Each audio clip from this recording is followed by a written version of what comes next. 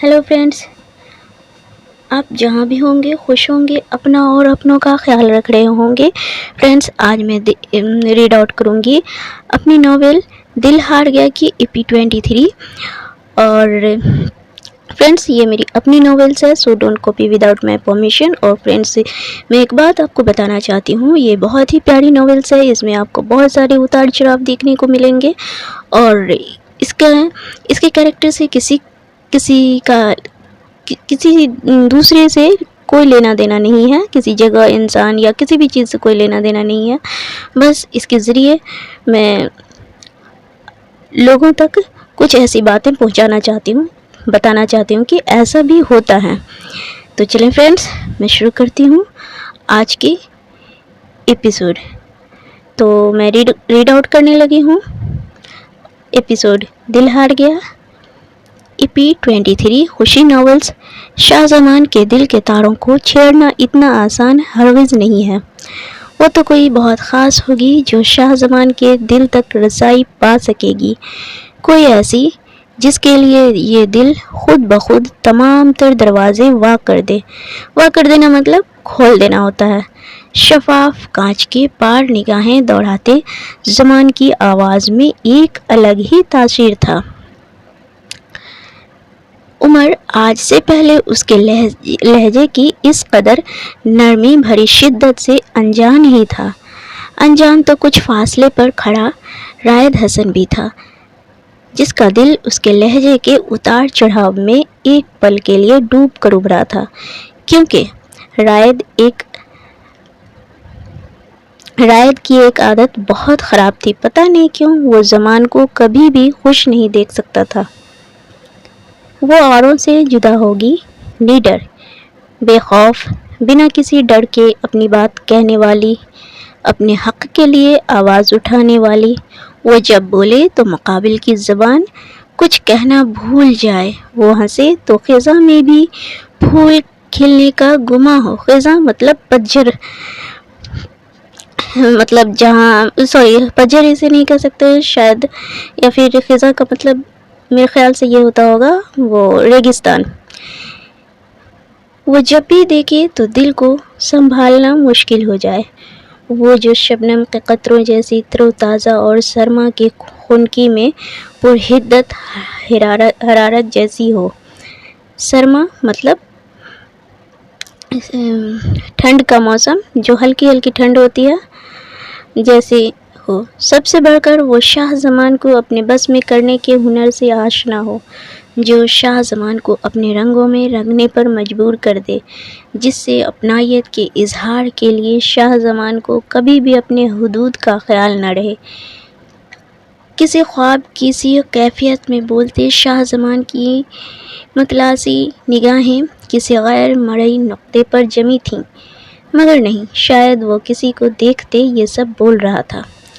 शीशे के उस पार खड़ी हल्के गुलाबी और सफ़ेद रंग के इम्तिजाज के सादा से सूट में साफ शफाफ चेहरा वाली आफिया अहमद यकीनन उस वक्त उसकी मरकज़े निगाह थी। उमर ने भी पूरी शिद्दत से उन दोनों के एक होने की दुआ की थी, जिसके सिर्फ गायबाना ज़िक्र ने ही शाहजमान जैसे बंदे को अपनी अना के खोल से निकलने पर मजबूर कर दिया था। उसे यकीन था कि उसका रब उसके दोस्त की महबूबा को एक न एक दिन उसके रूबरू ज़रूर लाएगा। उसे क्या पता था कि उसकी महबूबा शीशे के उस पार ही है, जो रायद की भी मंजूर नज़र है। एहराज अहमद तो बज़ाहिर एक ज़रूरी डील साइन करने के गर्ज से अब तक ऑफिस में था, लेकिन सच्चाई से सिर्फ वो खुद ही वाकिफ़ था। वो अहमद मेंशन पहुंचा तो वहाँ छाया हुआ अंधेरा इस बात का सबूत था कि घर के तमाम अफराद सोने के लिए अपने अपने कमरों में कैद हो चुके हैं। वो भारी कदमों से अपनी ख्वाबगाह की जानिब बढ़ा था। दरवाज़ा खोलते ही अंधेरे ने एहराज अहमद का इस्तकबाल किया था, मतलब वो सो चुकी थी। एहराज एक सर्द आह भरता दरवाजे को लॉक लगाता अंदर आया था। وہ بستر پر بے خبر سو رہی تھی۔ اس کی جانب بڑھتے احراز کے نتنوں سے بھینی بھینی خوشبو ٹکرائی تھی۔ جب سے وہ اس کو رخصت کرا کر لایا تھا، اس کے وجود سے اٹھتی وہ مہک احراز کے حواسوں پر چھائی رہتی تھی۔ آپ کو پتا ہوگا کہ یہ رخصتی جو احراز احمد نے اس کی کرائی تھی، مطلب وہ زبردستی کی تھی، وہ ایک روم سے دوسرے روم میں اسے اٹھا لایا تھا۔ شاید وجہ ہانی کی ضد بھی کہہ سکتے ہیں۔ خیر، شاید وہ اس کے کالے سلکی زلفوں سے آتی تھی۔ احراز اس کے نزدیک آتا بیڈ کے دوسری جانب آ بیٹھا تھا۔ وہ ایک گولڈن جوڑا پہنے خوابوں کی وادی میں گم تھی۔ احراز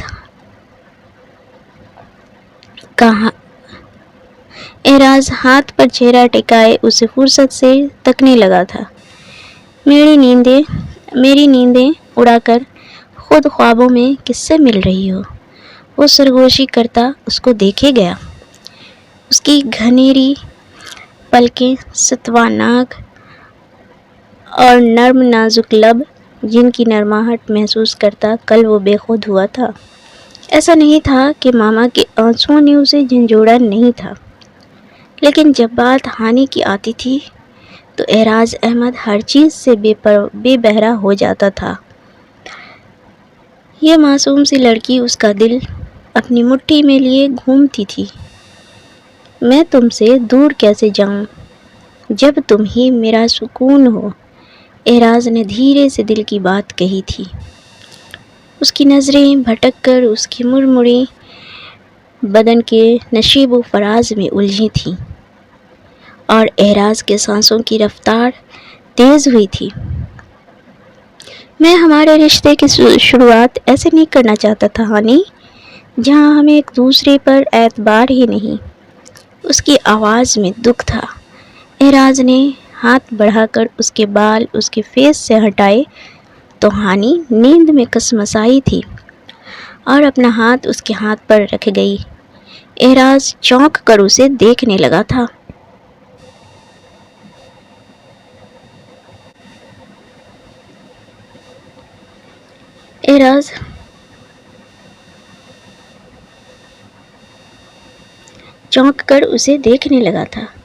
اس کے سنہرے بال پھسل کر اس کے چہرے کو احراز کے نظروں سے چھپا رہے تھے۔ احراز بے خود سا ان لٹوں کو اپنی انگلی کی پوڑ پہ لپیٹ گیا تھا۔ اس کے لبوں پر ایک دھیمی سی مسکان تھی، پر اچانک ہی مسکراہٹ غائب ہوئی تھی۔ وہ جو اس کی قربت سے بھاگتا پھر رہا تھا، بے بسی سے اس دشمن جاں کو دیکھے گیا۔ حد ہوتی ہے کسی کو پاگل کرنے کی۔ احراز خود پر ضبط کرتا لب بھینچ گیا۔ بیچارہ بری طرح پھنس چکا تھا۔ وہ تو صرف اس کو بس ایک نظر دیکھنے کے ارادے سے آیا تھا، اور یہاں اس کی خوبصورت بیوی پوری کی پوری اس کی حواسوں پر چھا چکی تھی۔